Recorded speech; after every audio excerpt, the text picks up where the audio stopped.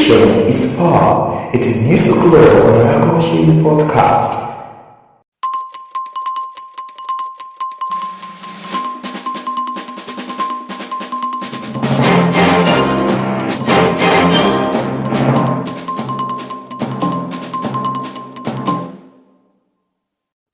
On the news.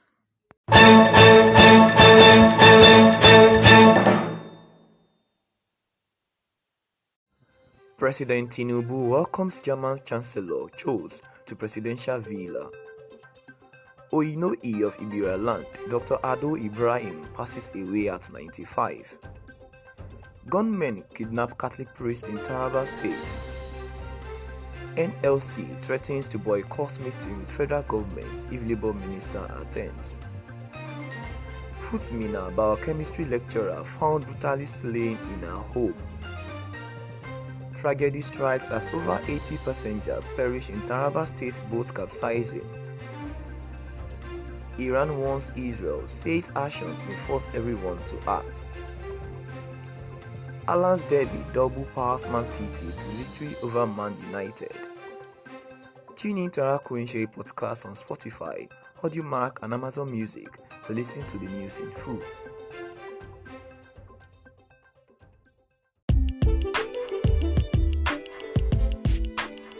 Welcome back to the news on our Korean podcast. Kindly follow our podcast on Spotify, Google Podcast, Amazon Music and Audiomack at Arakonishe Podcast, and also follow us on all social media accounts: Facebook, Instagram, Twitter, and on YouTube. Thank you. President Bola Ahmed Tinubu had the honor of receiving German Chancellor Olaf Scholz at the presidential villa in Abuja on Sunday. Chancellor Scholz is currently on a 2-day visit to Nigeria, and his delegation includes prominent German business figures, including chief executive officers, CEOs, from some of the country's most highly valued companies, along with a cultural delegation. During his visit, Chancellor Scholz expressed their commitment to strengthening democracy in the region and addressing the growing threat from terrorist groups in the Sahel. He highlighted the German support for the efforts of the Nigerian police and military to stabilize the area. Furthermore, the two leaders discussed their shared initiatives concerning hydrogen, emphasizing its significance as the energy source of the future. They aim to collaborate on advancing hydrogen production and utilization, recognizing its importance for the economy and the energy transition. This visit marks Chancellor Scholz's third major trip to Africa and his first visit to Nigeria since the inauguration of President Tinubu's administration on May 29, 2023. It signifies the continuation of diplomatic effort and cooperation between Nigeria and Germany.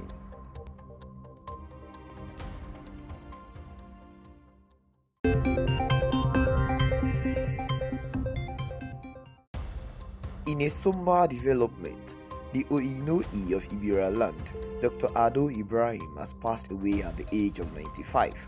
The revered leader of Ibira land reportedly breathed his last in the early hours of Sunday while receiving treatment for age-related ailments at an Abuja hospital. His final rites will be in accordance with Islamic traditions. Ado Ibrahim ascended to the throne as the Oyinoyi of Ibira land in 1997, a coronation carried out by the late Prince Abubakar Audu, who was then the governor of Kogi State. He succeeded his predecessor, Sonny Omolorin, who had reigned from 1957 to 1997. The late Dr. Ado Ibrahim's life journey began on February 7, 1929. He received his early education in both Western Nursery and Quranic schools and completed his primary education in 1940 at the Native Authority NA Primary School in Okene, Northern Region, now Kogi State. He pursued his secondary education at Ondo Boys High School and later graduated from Oduduwa College in 1949. Dr. Ado Ibrahim furthered his education by earning a bachelor's degree in economics from the London School of Economics in 1954. Subsequently, he achieved a master's degree from Harvard Business School in 1959. The passing of this eminent figure marks the end of an era for Ibira land, and he leaves behind a significant legacy.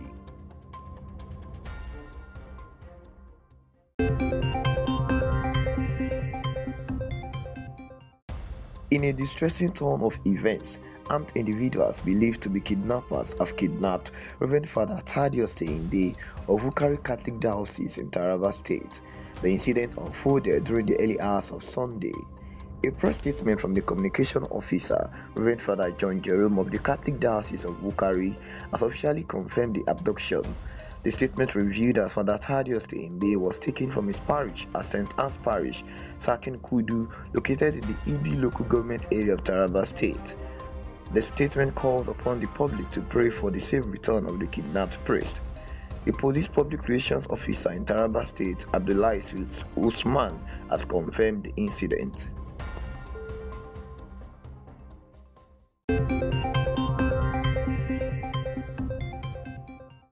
In a dramatic turn of events, the Nigerian Labour Congress (NLC) has issued a stern ultimatum threatening to boycott a scheduled meeting with the federal government on Monday, October 30, 2023. The crux of the matter lies in the potential attendance of the Minister of Labour, Simon Lalong. NLC President Comrade Joe Ajaero unveiled these threats during a press briefing in Abuja on Sunday, where he discussed the struggles faced by workers in Imo State.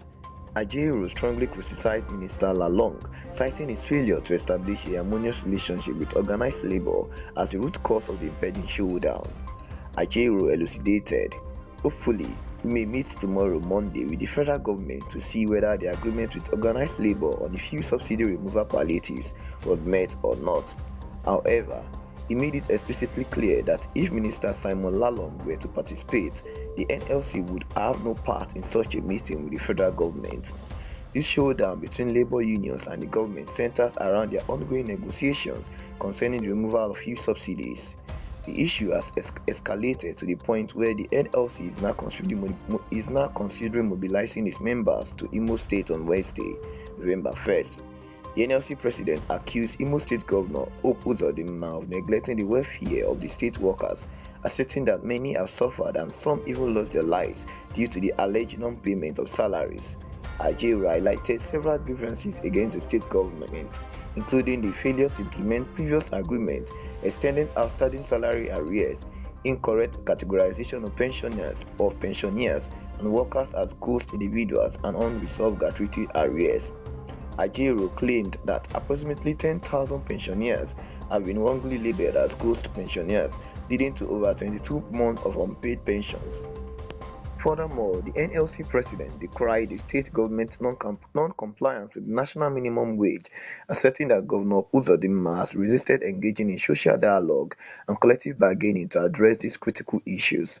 The labor situation in Imo State has reached a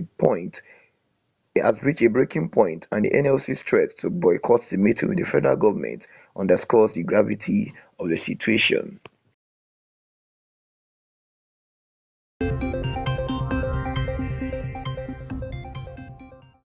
In a shocking and heartbreaking incident, Dr. Mrs. Adifola Lufumilola Sherifat, a lecturer in the Department of Biochemistry at the Federal University of Technology, Futmina, Niger State, has been discovered murdered with a throat slash in her residence within the Baiko area of the town.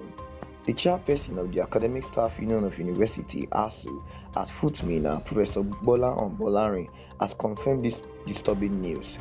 Professor Bolarin revealed that the tragic discovery was made on a Sunday morning when concerned church members, alarmed by her absence from the service, decided to check her home. Disturbingly, upon forcing open the door to her residence, they found Dr. Adifola Lufumilola Sherifat in a pool of her own blood, with knives lying beside her. The local police authorities have since moved her lifeless body to the mortuary, and the investigation is ongoing. Wasiu Abiodun, the spokesperson for the Niger State Police Command, assured the public that more information regarding this horrifying incident will be released in due time. Tragically, the late university's lecturer's husband, who was also a professor at the same institution, had already passed away. Before her untimely death, Dr. Adifola Lufumilola Sherifat had been residing with a female house help, who she had laid off just the day before this horrific incident took place.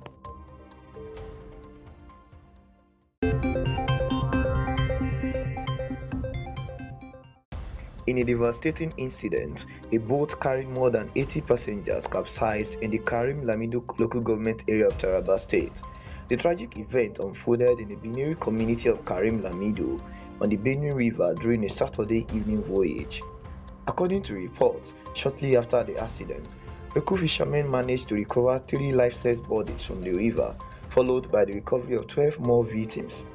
It was revealed that the ill-fated boat was returning from a fish market in the Mayo Reneyo community of the Ado Kola local government area when the tragedy occurred just 15 minutes after departure. Sadly, none of the passengers were equipped with life jackets. While the police spokesperson of the state, Abdullahi Usman, confirmed the incident, the exact number of casualties is still pending confirmation from the divisional police officer in the area. Both accidents have become an all too common occurrence in Nigeria, often resulting from factors such as overloading, speeding, inadequate maintenance, and non-compliance with navigation rules. This heartbreaking incident follows a recent string of similar tragedies, including a boat capsizing that claimed more than 40 lives during a journey from Niger to Kebbi State. Just last month, 26 individuals lost their lives in a boat mishap in Niger State, while another 15 tragically perished in a similar accident in Adamawa State.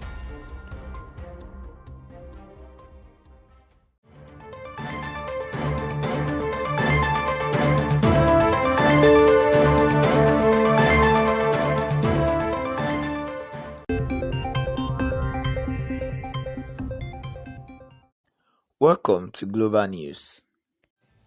Iran warns Israel, says actions may force everyone to act. In a stern message, Iranian President Ebrahim Raisi has expressed concern over Israel's ongoing bombardment of Gaza, stating that these actions may force everyone to take action. This warning comes amidst the ongoing Israel-Hamas conflict. Israel has been conducting airstrikes in the Gaza Strip since October 7, when Hamas militants breached the border. Israeli officials claim that more than 1,400 people, the majority of them civilians, have lost their lives in the conflict.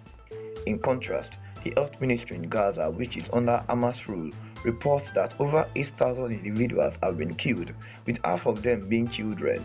The Gaza Strip is a densely populated area, home to 2.4 million people. Raisi's statement, made on a social media platform, criticized the crimes of the Zionist regime and implied that such actions could lead to a broader international response. He also commented on US involvement in the situation, claiming that despite Washington's pleas for restraint, the US continues to provide extensive support to Israel. Raisi further alluded to interactions with the Axis of Resistance, a term used by Iranian officials to refer to Iran and its allies, including Hezbollah in Lebanon, the Houthi rebels in Yemen, and other Shiite forces in Iraq and Syria. Although the precise context of Raisi's remarks remains unclear, there has been a surge of attacks on US forces in Iraq and Syria, along with escalating hostilities between Hezbollah and Israeli forces along the Lebanon border since the Gaza conflict began. Iran, a significant financial and military supporter of Hamas, praised the October 7 attacks, labeling them as sources. Nevertheless, Iranian officials have denied direct involvement in the violence, including the hostage-taking of 230 individuals as reported by Israeli authorities. During an interview with Al Jazeera, Raisi emphasized Iran's duty to support resistance groups, but he also highlighted the autonomy of these groups in their decision-making and actions. He asserted that the United States is aware of Iran's capabilities and recognizes their formidability.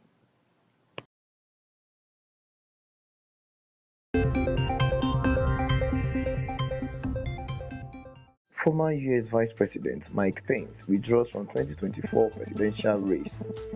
In a surprising turn of events, former United States Vice President Mike Pence has officially withdrawn from the 2024 presidential race, citing, "This is not my time." The announcement was made at the Republican Jewish Coalition gathering in Las Vegas this past Saturday. Pence, a prominent figure in Republican politics, revealed, "We always knew this would be an uphill battle, but I have no regrets," in a written statement. Notably, Pence's decision marks him as the first major Republican candidate to suspend his campaign in a feud dominated by former President Donald Trump. The former vice president had been struggling in recent polls and was facing difficulties in garnering support from Republican voters. Additionally, his campaign has incurred significant debt, with Pence ending September owing $621,000, while holding only $1.2 million in his campaign fund. a considerable gap compared to his Republican rivals. In a heartfelt message to his supporters, Pence declared, "I'm leaving this campaign, but I will never leave the fight for conservative values." His departure from the race was partly attributed to his public divergence with Mr. Trump following the events of the January 6th Capitol riot in 2021 and his role in presiding over the certification of Joe Biden's 2020 election results in Congress. Despite this, Pence did not endorse any other Republican candidate in his resignation. He instead urged Americans to select a leader who will appeal to the better angels of our nature and not only lead us to victory but also lead our nation with civility and back to those time-honored principles that have always made America strong, prosperous, and free. Pence's decision to withdraw from the Republican presidential campaign came just ahead of the third presidential debate scheduled for November 8. This unexpected move has further reshaped the landscape of the 2024 presidential race, leaving many to speculate on the potential implications for the Republican Party. Welcome to Sport Update. Erling Haaland's brilliant performance led Manchester City to a dominant 3-0 victory against Manchester United at Old Trafford, bringing City within 2 points of Premier League leaders Tottenham. Haaland scored twice, including a penalty, and assisted Phil Foden for City's third goal. The win propelled City to third place, while United's defeat in 10 league games leaves them in 8th place, 11 points adrift of the top spot. Haaland's remarkable form continued with 11 goals in 10 Premier League games this season, highlighting his impact in the Manchester derby.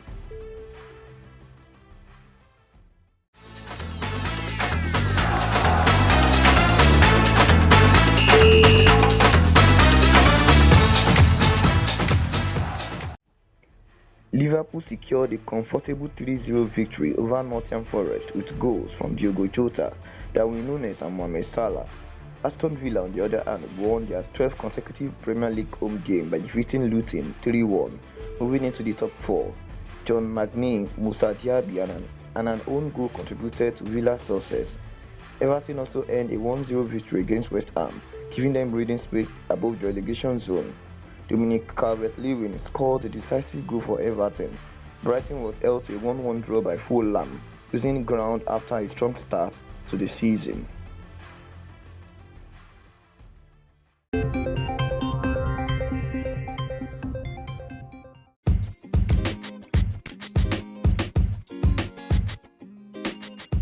Thank you for listening to our news on Arakunse podcast. Don't forget to share with your family and friends, and also follow us on all our social media platforms with the name Arakunse podcast, and follow us on Amazon Music, Google Podcast, Spotify, and AudioMac.